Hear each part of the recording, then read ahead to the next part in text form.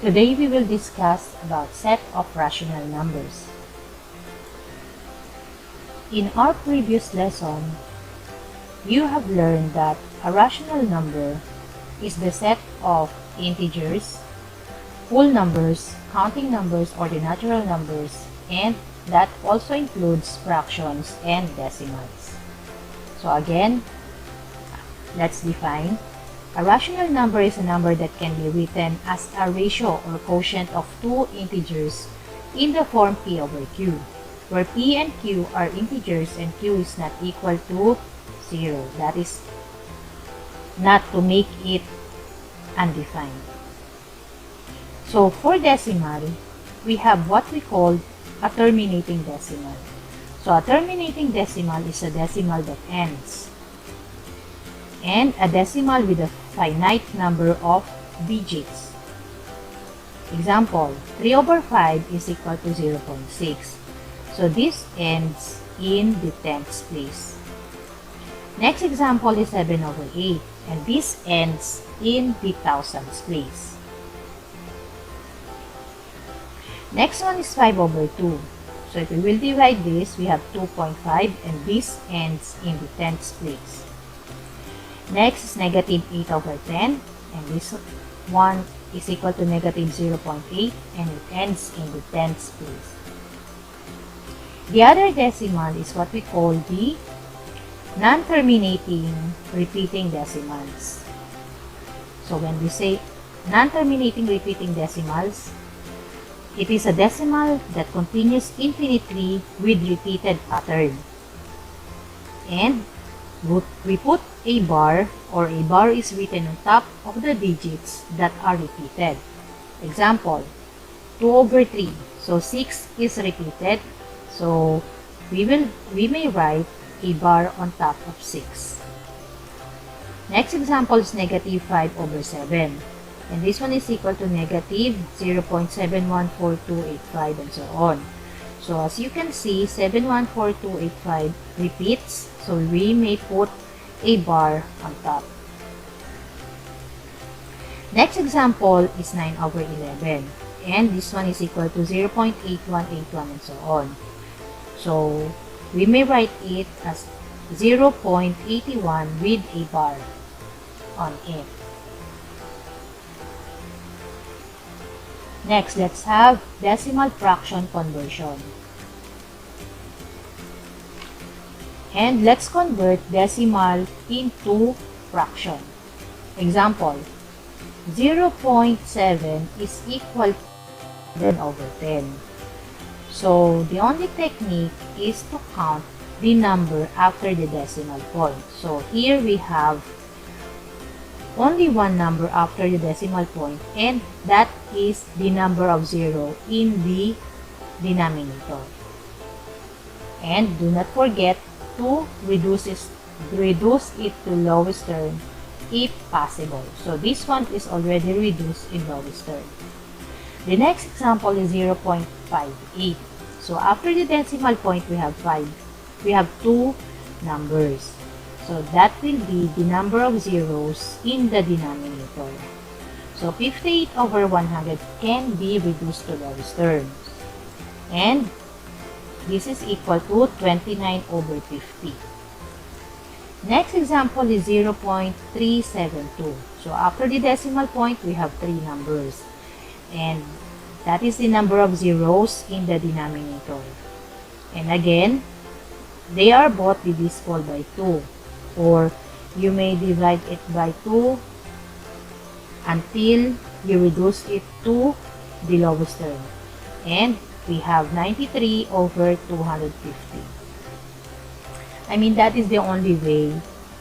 That is the easiest way. You may reduce it, you may divide it by 2. Last one is 4 over 9. So we have a whole number here and a decimal. So this one is equal to 4 and 9 over 10. And we have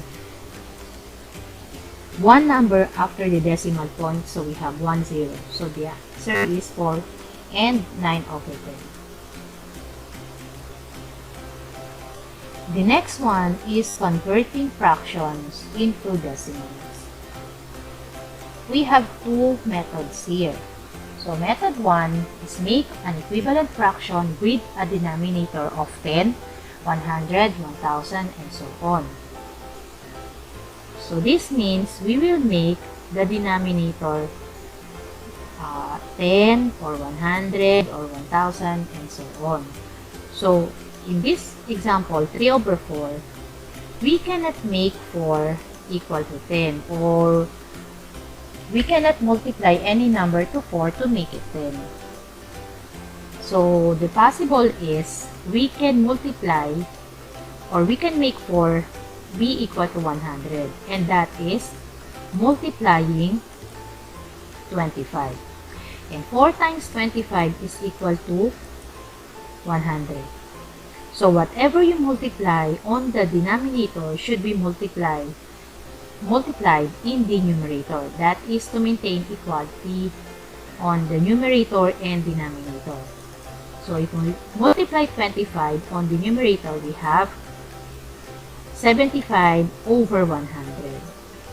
And to make this equal to decimal, we will just count the decimal place or the number of zeros. So we have 0.75.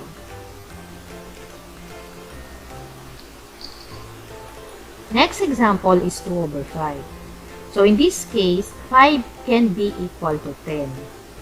And the number that can be multiplied to 5 to make this 10 is equal to 2. And 5 times 2 is equal to 10. So if you multiply 2 on the denominator, you will also multiply 2 in the numerator. So 2 times 2 is equal to 4. And to make this equal to decimal, we will just count the number of zeros. So that is equal to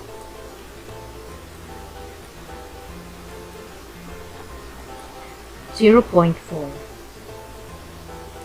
The next example is 23 over 200. 200 cannot be equal to 10, or we do not have a number that can be multiplied to 200 to make it 10, even to 100.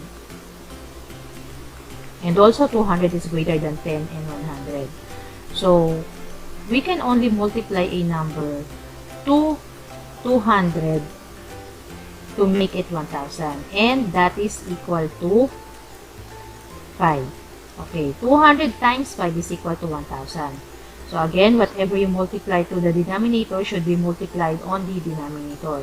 So 23 times 5 is equal to 115. So we have 3 zeros here. So we have 3 decimal places. So we have 0.115. The next method is the simpler one, which is dividing the numerator by the denominator. Example, 7 over 8. And this is the process in dividing 7 by 8. And the answer is 0.875. The next one is 8 over 3. And this is how we divide 8 by 3.